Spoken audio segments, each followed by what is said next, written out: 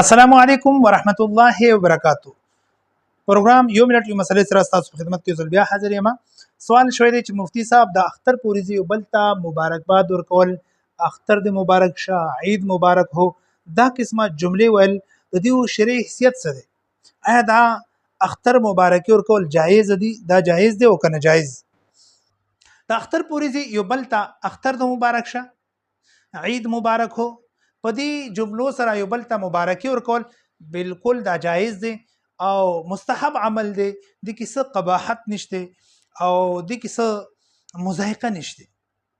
صحابه کرام رضوان الله علیهم اجمعین به هم د اختر پوریزي یو بل ته مبارکي ورکول، خو په دغه جملې سره چې تقبل الله منا ومنکم صالح الاعمال، چې الله د مونږ تاسو صالح اعمال نیک عمل قبول وګرځوي. نو لہذا د اختر پوریزي یو بل ته مبارکي ورکول